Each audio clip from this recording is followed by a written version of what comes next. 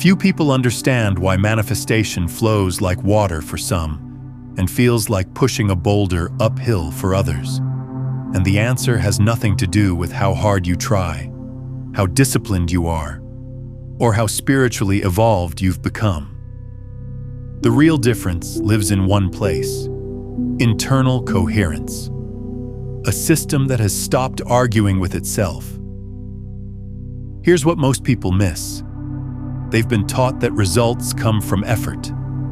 So when they observe someone drawing in opportunities, abundance, and connection without any visible struggle, they assume that person must have something they don't. A rare gift, a fortunate circumstance, an unusual level of confidence that the rest of us are still working toward. But quantum physics tells a completely different story. And once you hear it, you cannot unhear it. What looks like ease from the outside is not luck. It is alignment. A nervous system that is no longer at war with the outcome it desires. Effort in the world of manifestation is almost always a signal.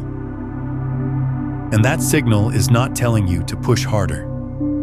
It's telling you that something inside is divided. When you strain to create change, you are broadcasting two messages at once. One part of you reaches toward the outcome. Another part quietly doubts it will come. And somewhere underneath both of those, another layer feels genuinely unsafe receiving it. The nervous system detects that contradiction and does exactly what it was designed to do. It protects you. It holds you in familiar territory. And a system committed to protection cannot welcome new realities. It can only reconstruct the ones it already knows. This is the hidden reason some people seem to attract without trying. Not because they are doing nothing, but because their internal state has already settled into alignment with what they desire. There is no internal debate happening. No background urgency. No identity quietly waiting for an external outcome to finally make it feel whole. Physicist Amit Goswami, one of the foundational voices in quantum consciousness theory, described consciousness as the fundamental creative force in the universe. Not a passive observer of reality, but the very agent through which possibility becomes experience. The mechanism he points to is the collapse of the wave function. The moment when something that exists as pure potential becomes something real and specific. But here's what that framework reveals that most people have never been told. Collapse does not happen through force. It happens through clarity. Consciousness can only select a specific reality when it is undivided enough to make a clean choice. When awareness is caught between desire and fear, between hope and anticipation, the system stays in superposition. Everything remains possible. Nothing becomes real. The people who manifest without visible effort are not somehow generating more wanting. They are simply no longer blocking the process. Their attention is present, without being strained. Their sense of self is not organized around what they are still waiting for. And because of that, consciousness can do what it naturally does when interference is removed. It chooses. The field responds not because the request was worded correctly or believed strongly enough. It responds because nothing inside is standing in the way of the response. And if this is already shifting something in how you see the process, take a moment to like this video and subscribe. It helps this conversation reach the people who are ready for it. Now, back to what we were uncovering. This is also the reason that pressing harder almost always creates the opposite of what you want. The more urgently you try to force reality to shift, the more clearly you are reinforcing a single internal message. It hasn't happened yet. And the quantum field does not evaluate your desire. It mirrors your state. Effort broadcasts absence. Ease broadcasts availability. Let that land. This doesn't mean the people who manifest effortlessly feel nothing about what they want. It means their desire is clean. It is not tangled with urgency.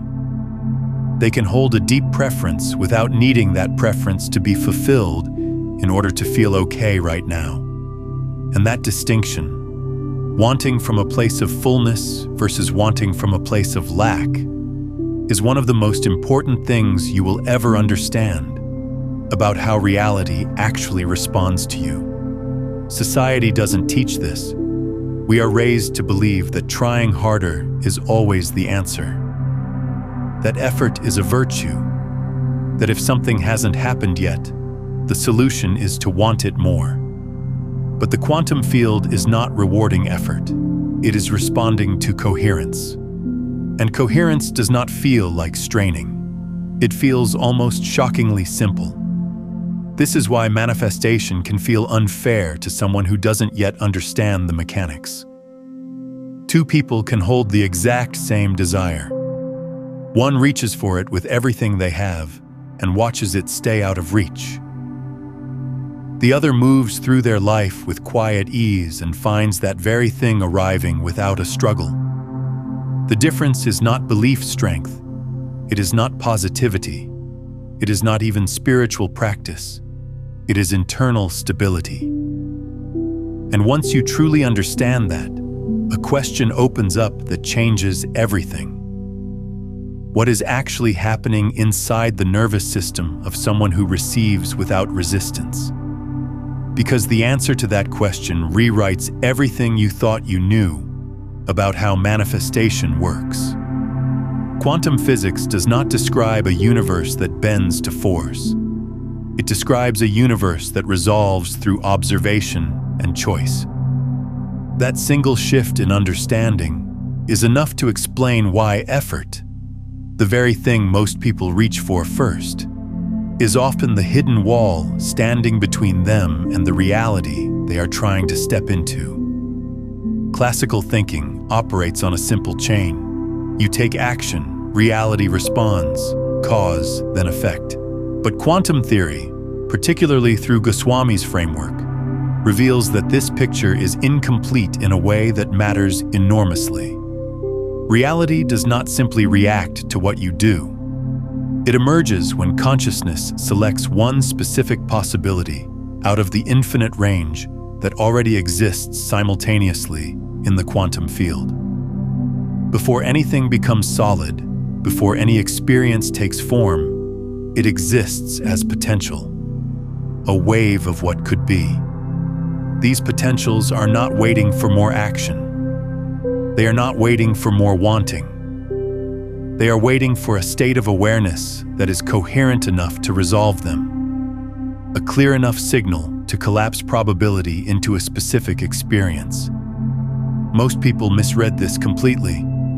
They assume that more intensity equals more signal strength, that if they want something deeply enough, the field must respond. But intensity without coherence does not create a stronger signal. It creates noise, and noise does not collapse anything. It keeps the field suspended, undecided, waiting. Goswami's framework places conscious choice at the center of the creative process, not mechanical effort, not repeated action, conscious selection. But consciousness cannot choose clearly when it is fragmented across multiple contradictory states.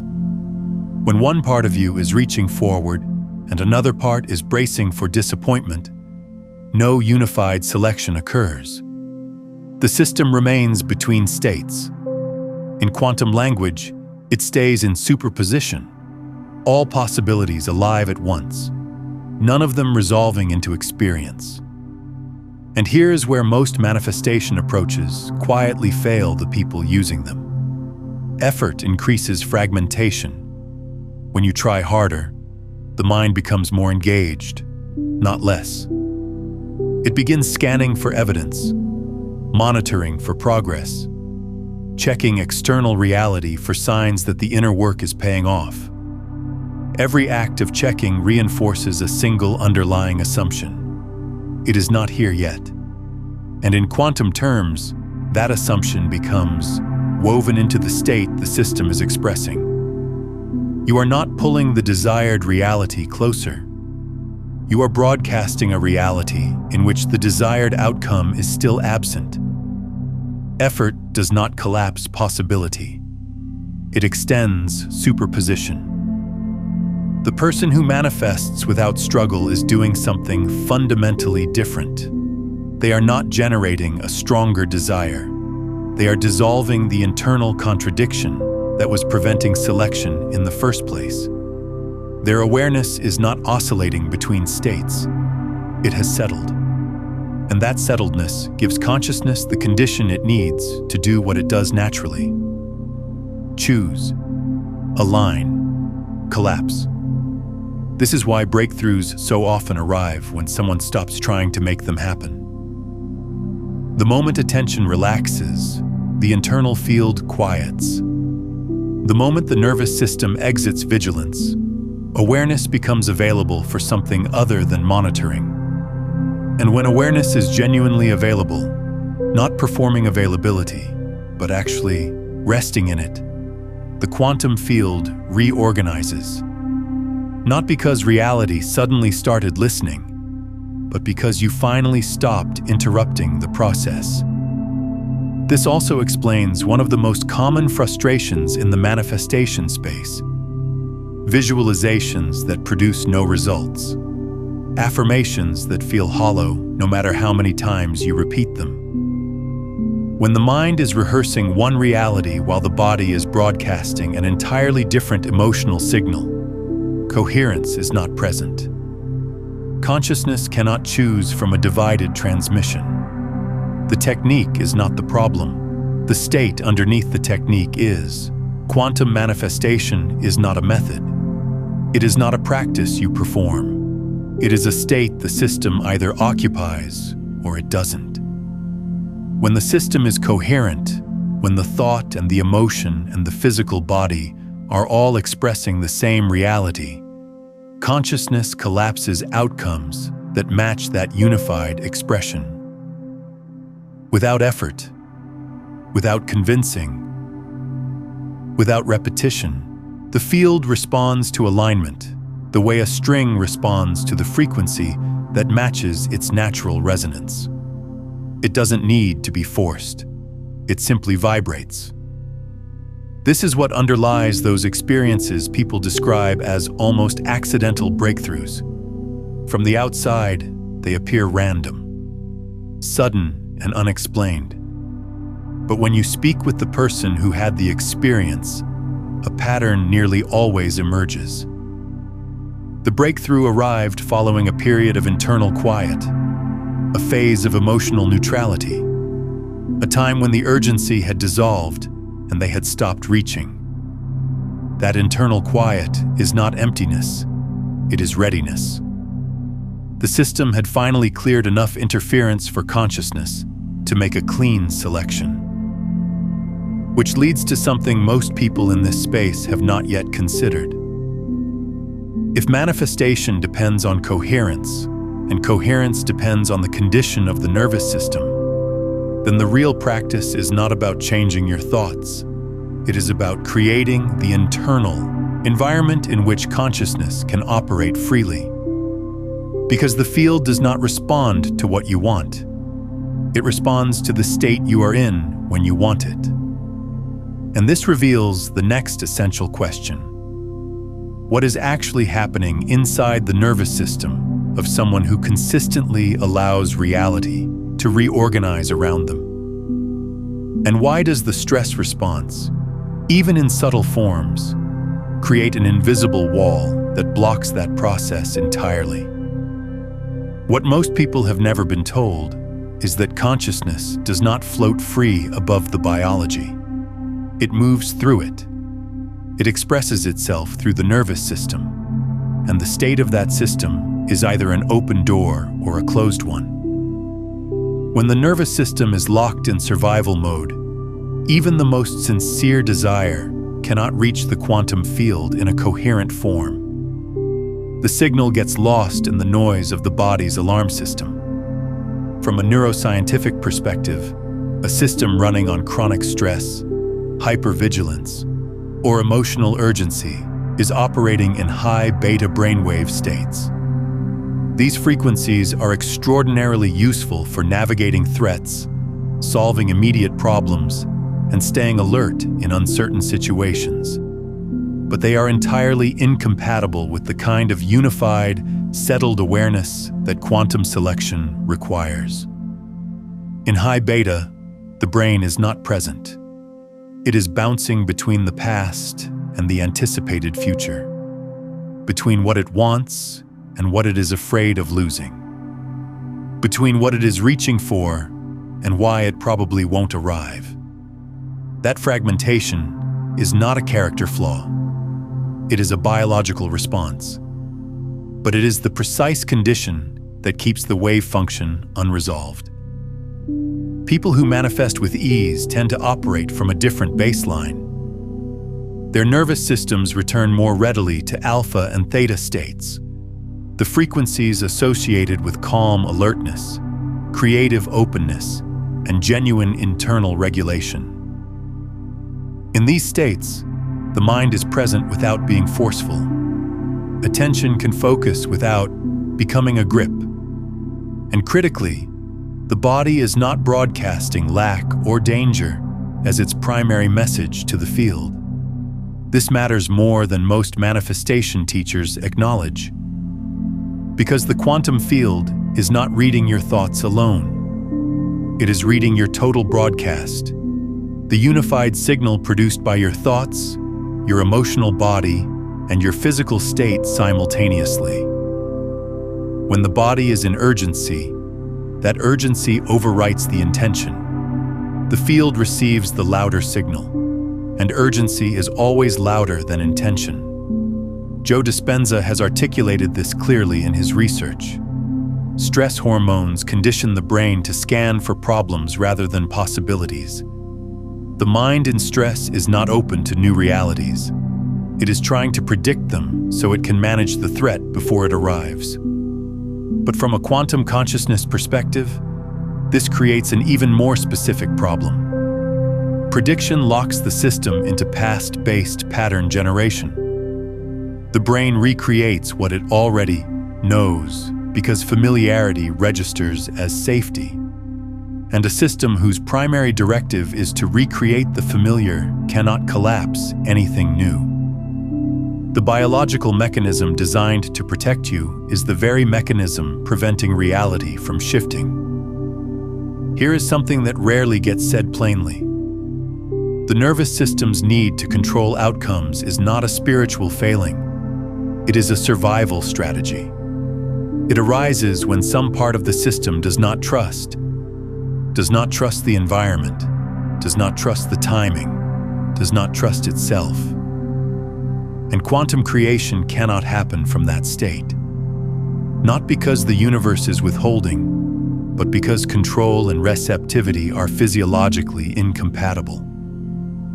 You cannot grip and receive at the same time. The hand that is clenched cannot hold what is trying to arrive. What is required is internal safety, not certainty, not guaranteed outcomes. Safety. When the body registers safety, attention softens, awareness expands, the system stops predicting and starts perceiving. And in that shift from prediction to perception, something opens that was closed before. Consciousness becomes available not just to observe existing reality, but to select from the field of what could be. This is the real meaning of surrender, and it is almost universally misunderstood. Surrender is not the abandonment of desire. It is not giving up or going passive. It is the removal of the physiological interference that was preventing desire from translating into collapsed reality.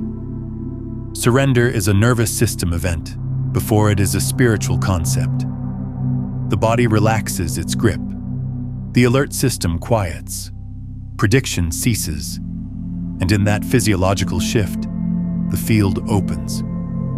People who have moved through this often describe a phase that felt, at the time, like something was going wrong. They stopped feeling the pull of the desire. The urgency lifted. The emotional charge around the outcome dissolved. They stopped checking, stopped monitoring, stopped reviewing. The internal conversation about whether it was coming. And from the outside, and even from the inside, that can look like defeat, like giving up, like losing faith. But what was actually happening was that the system had finally stopped signaling lack. The body had returned to baseline.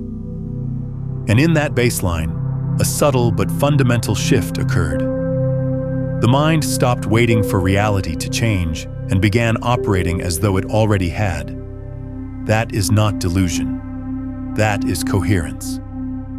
In quantum terms, coherence means the entire system, thought, emotion, and body, is broadcasting a single unified reality rather than a contradictory one. Have you ever experienced a moment like this, where you stopped pushing and something you'd been wanting simply arrived? Drop it in the comments. What you share might be exactly what someone else needs to hear right now. In quantum terms, coherence means the entire system is broadcasting a single unified reality, rather than a contradictory one. And when that unified signal reaches the field, consciousness can finally collapse an outcome that matches it. Not through effort, not through repetition, through resonance. There is something else worth naming here that rarely surfaces in conversations about manifestation: the role of time perception. Most people in an effortful state experience time as adversarial. Every passing day without visible results feels like evidence of failure, like the field is ignoring them. And that interpretation, that time passing equals failure, immediately reactivates urgency, which reactivates the stress response, which refragments coherence, which delays the very thing they are measuring time against. People who manifest with ease relate to time differently, not because they have more patience as a personality trait, but because their nervous system is not interpreting the present moment as a problem to be solved.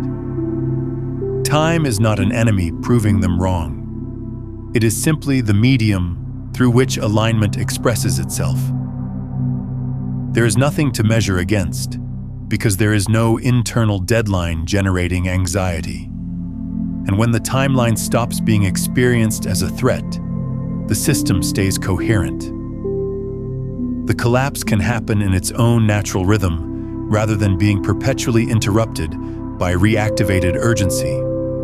This is also why manifestation often appears to move in sudden, almost surprising jumps. Nothing, nothing, nothing, and then everything at once. That pattern is not random. What you are seeing is the accumulation of coherence beneath the surface. The field was reorganizing the entire time.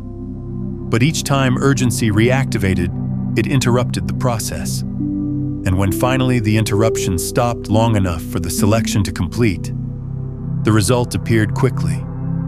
Not because the universe sped up, because the interference finally stopped long enough to let what was already in motion arrive. And this is where an understanding of energy becomes practical rather than poetic. Every thought that checks for results costs something. Not abstractly, biologically. Each activation of the stress response pulls the nervous system out of the regulated state where coherent selection happens.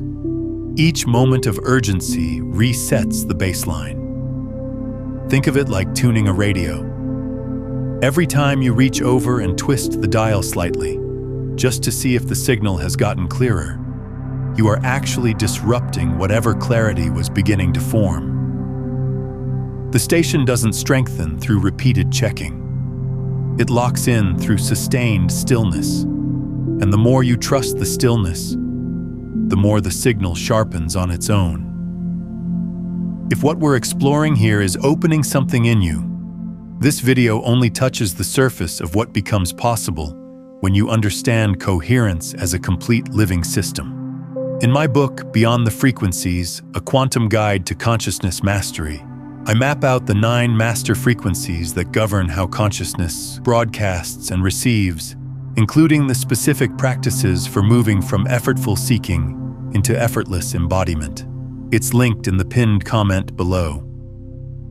This is why the practice, if it can even be called that, is really a practice of returning. Not to a technique, not to a visualization, but to a felt sense of internal stability.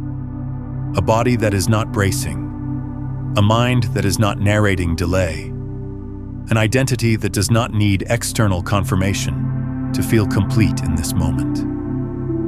Every time you notice that the urgency has returned and you choose, consciously, deliberately, to return to that stable ground, you are doing the most important work there is.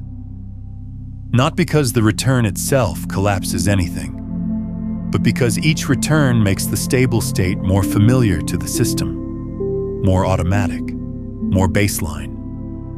Take a moment and comment below with this phrase. I release the interference, not as a casual interaction, as a declaration to the field, a signal that you understand, at least in this moment, that what is being cleared is not desire. It is the noise surrounding desire. The field receives that signal differently than it receives urgency. It receives it as coherence beginning. One of the most quietly misunderstood phases in the whole process is the stretch of time right before everything changes. People expect that proximity to a breakthrough should feel like something. Excitement, certainty, elevated emotion, a growing inner sense that the moment is near. But in genuine quantum shifts, the signature is almost always the opposite. What arrives is neutrality, a specific, unmistakable quality of internal quiet. Not depression, not indifference, not the numbness that comes from giving up. Neutrality. The genuine absence of the emotional charge that was previously wrapped around the desired outcome. To a mind that has been conditioned to believe that desire must be actively maintained, that if you stop feeling the pull you have somehow lost your intention. This neutrality feels dangerous. It feels like something important has switched off, like the engine has stopped. But in quantum terms, this quiet is not the end of the process. It is the completion of the internal preparation. The system has stopped oscillating. The contradiction has dissolved.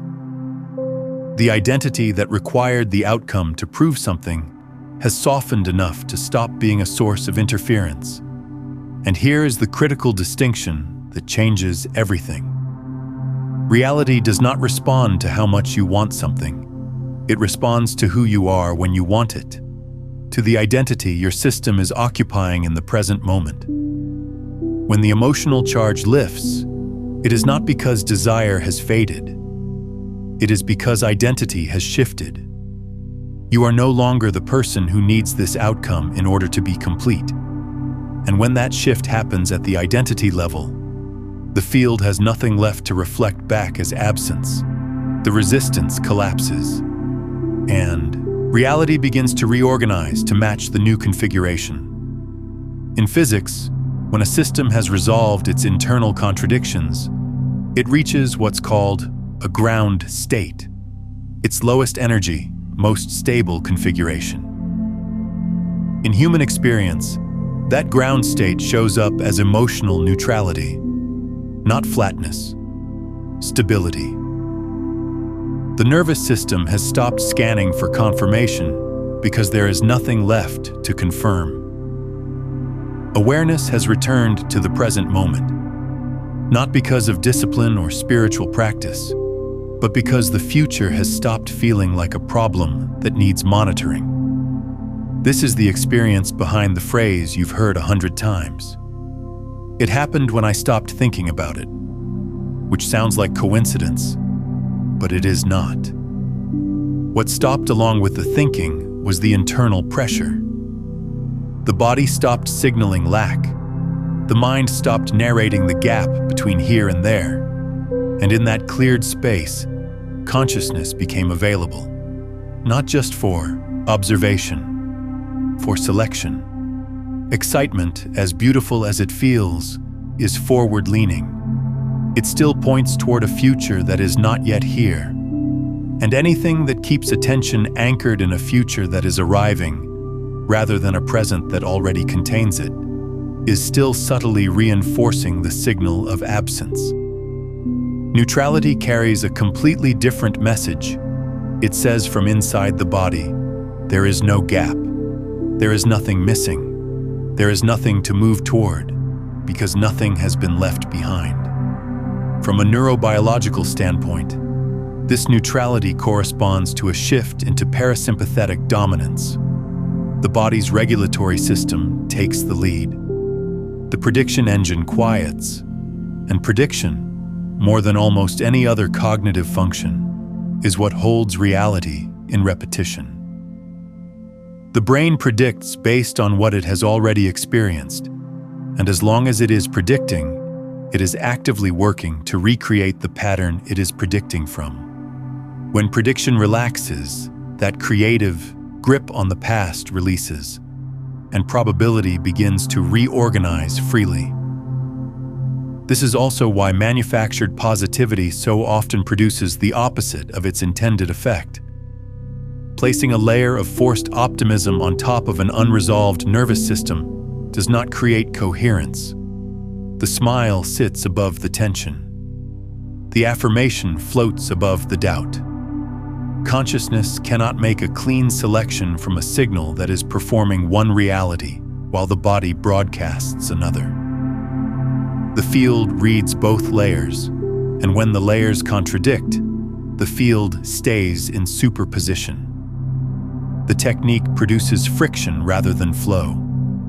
The people who move through this with the least resistance are not the most optimistic. They are the most internally unified. They can set an intention and then release it without checking back on it. They can allow desire to move through them without gripping it. They can trust the quiet that follows without interpreting that quiet as momentum lost. And if you have been feeling a specific kind of stillness lately, not emptiness, but an absence of the urgency that used to live in a certain part of your chest, that is not a sign that the process is stalling. That is a sign that the internal work is completing.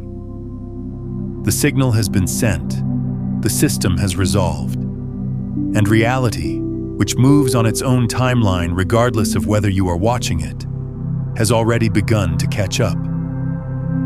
If this is landing in your body, not just as an idea but as something you recognize, then I want to invite you to subscribe.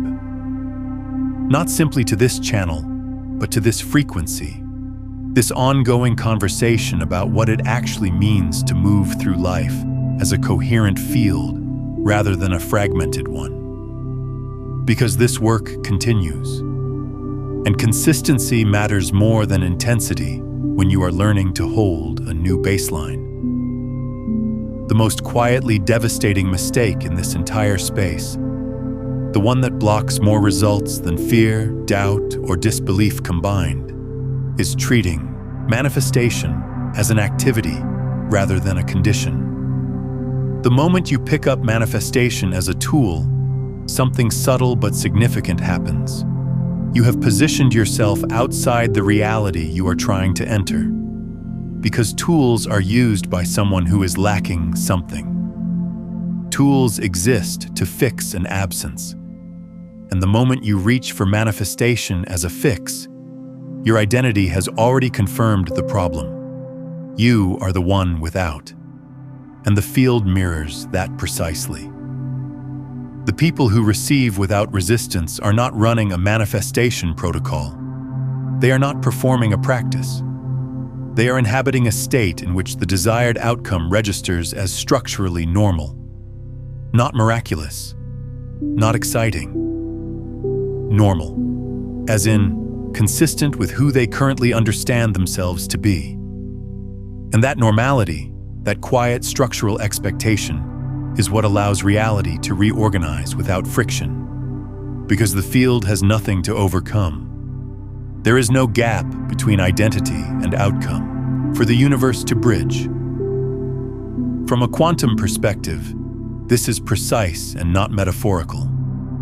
Consciousness does not collapse a new reality from the position of reaching toward it. It collapses reality from the position of already occupying it. The observer effect in quantum mechanics is not about the observer trying to influence what they are looking at. It is about the observer defining the context within which the observation occurs. Identity is that context, and identity, not desire, is what the field reads as its primary instruction.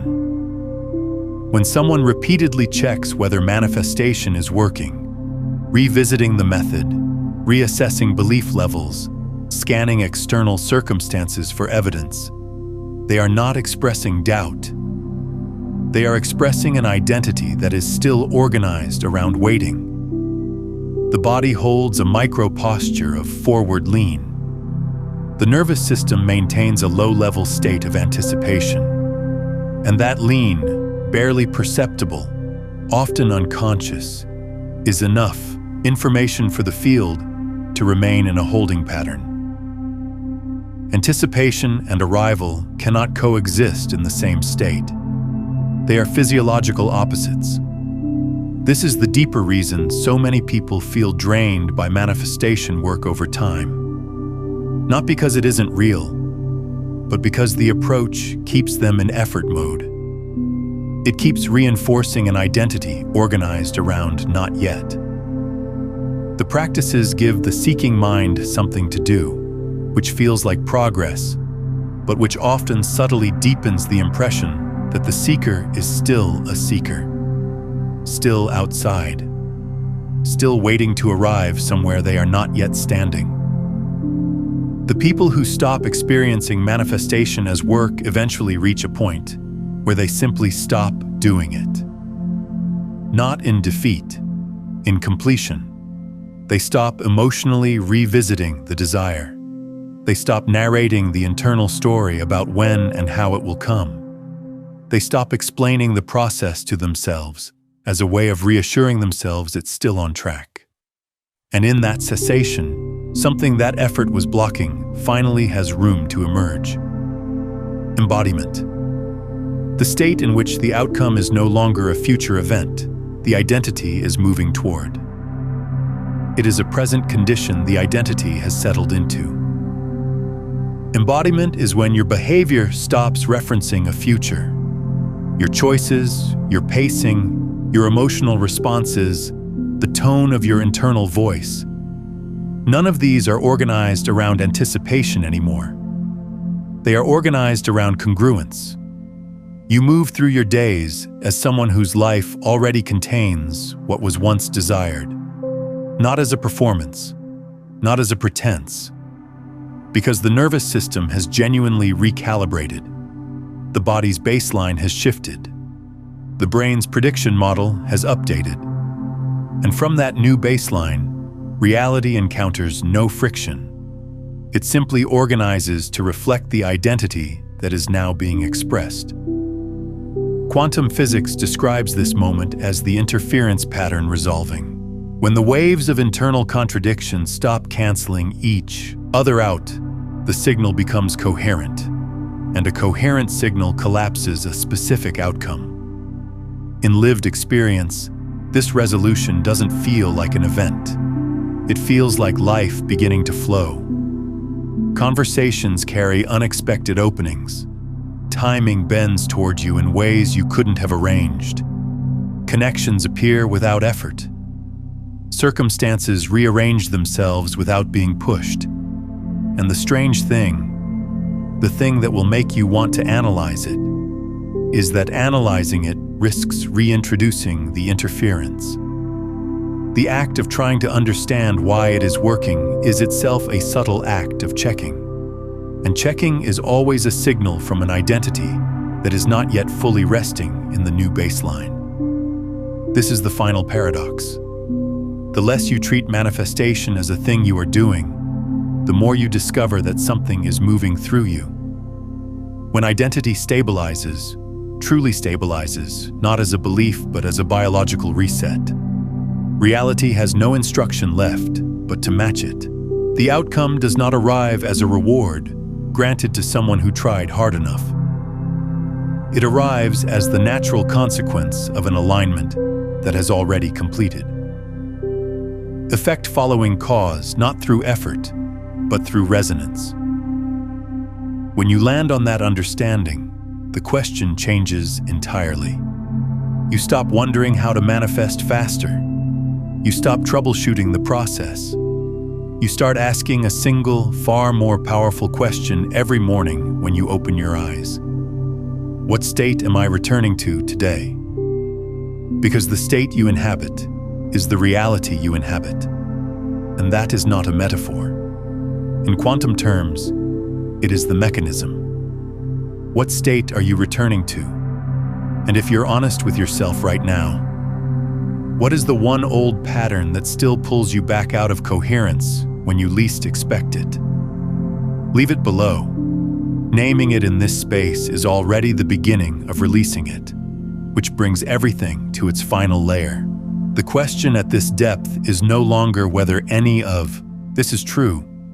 You already sense that it is. The question is whether you can remain in the state where it operates. Because coherence, once genuinely accessed, does not maintain itself automatically.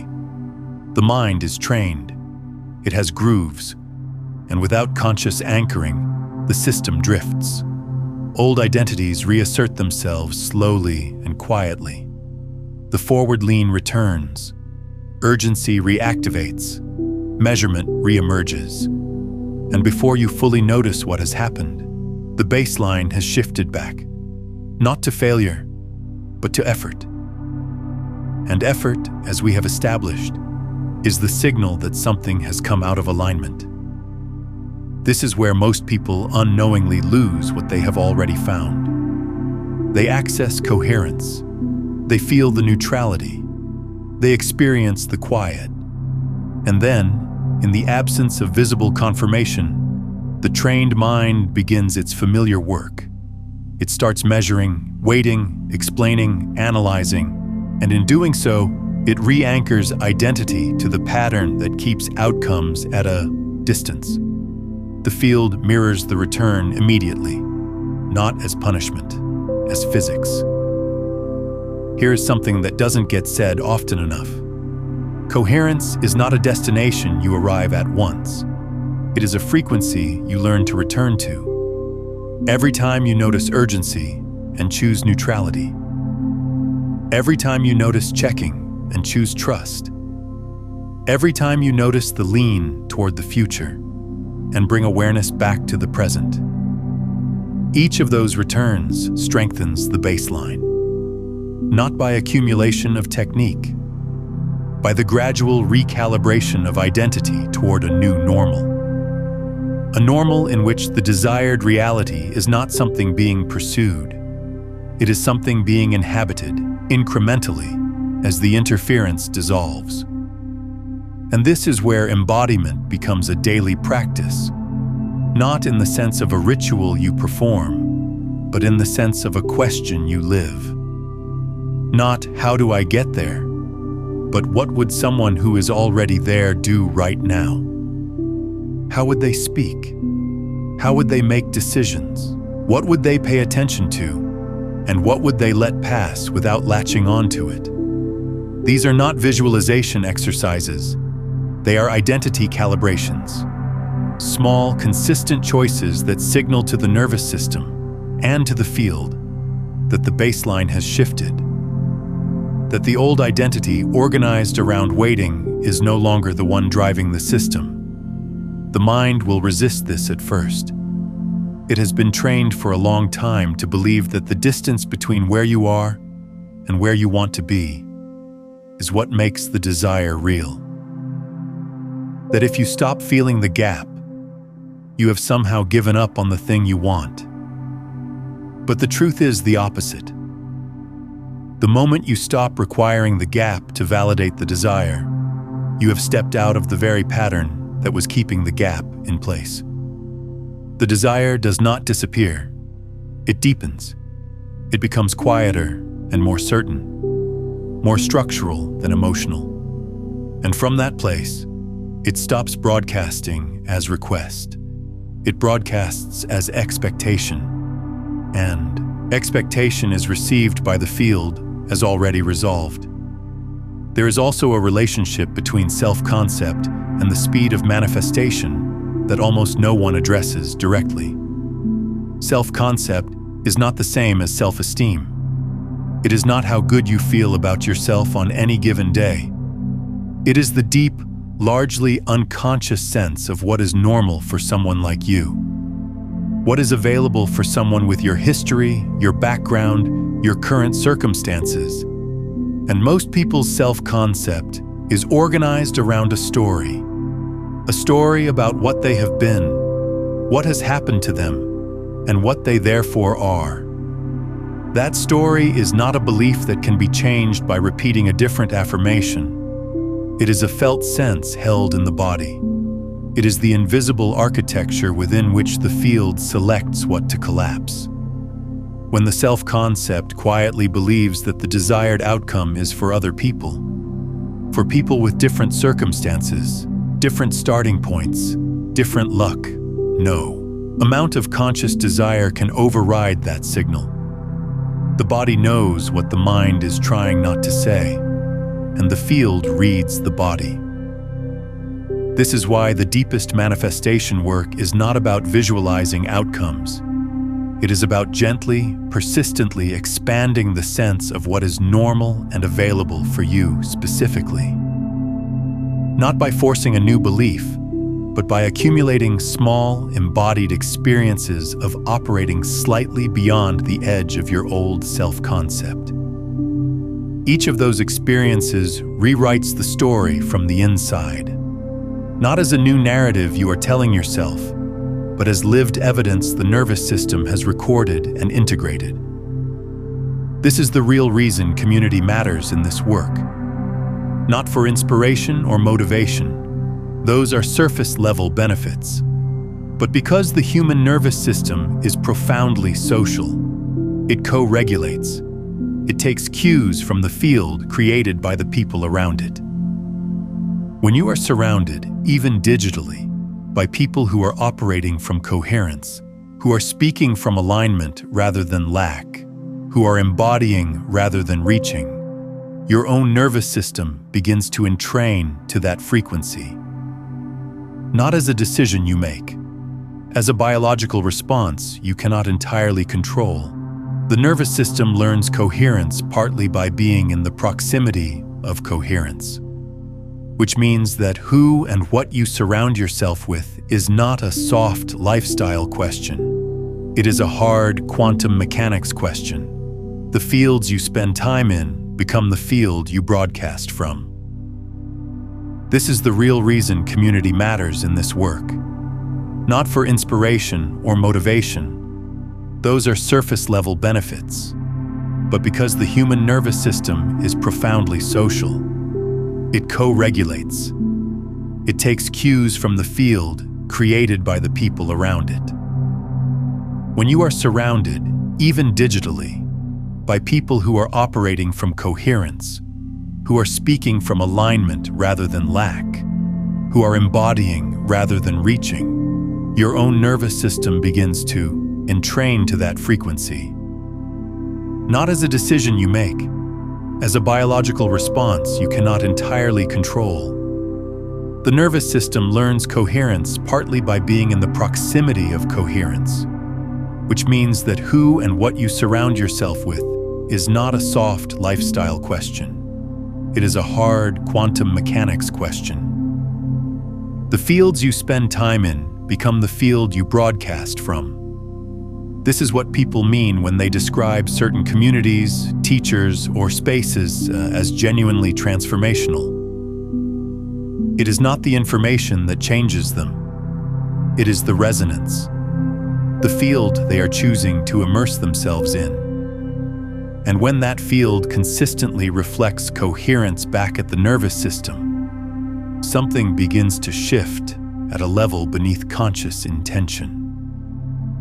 The baseline moves, not because you tried to move it, because you chose your field wisely.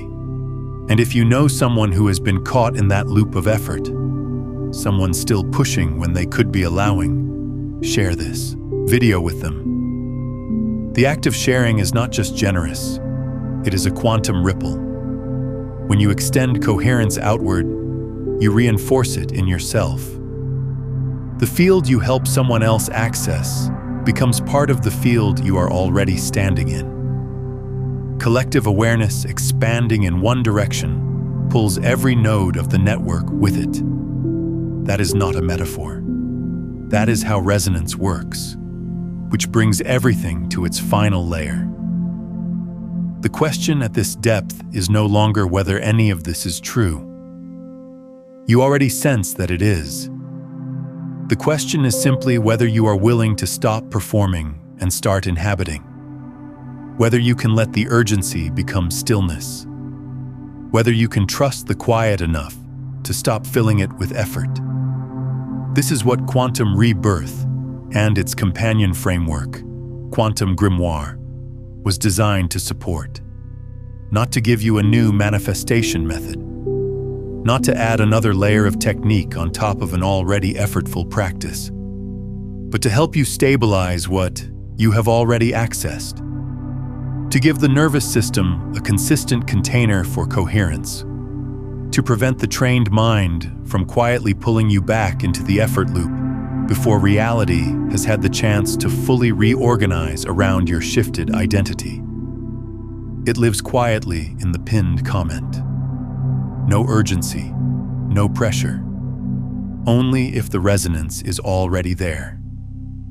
And if you have found something in this conversation that you want to stay connected to, drop one word in the comments below that captures the state you are choosing from this moment forward. One word as an energetic signature, not to the channel, to the field. Because the more of us who anchor into coherence, who stop broadcasting lack and start embodying alignment, the more the collective field shifts.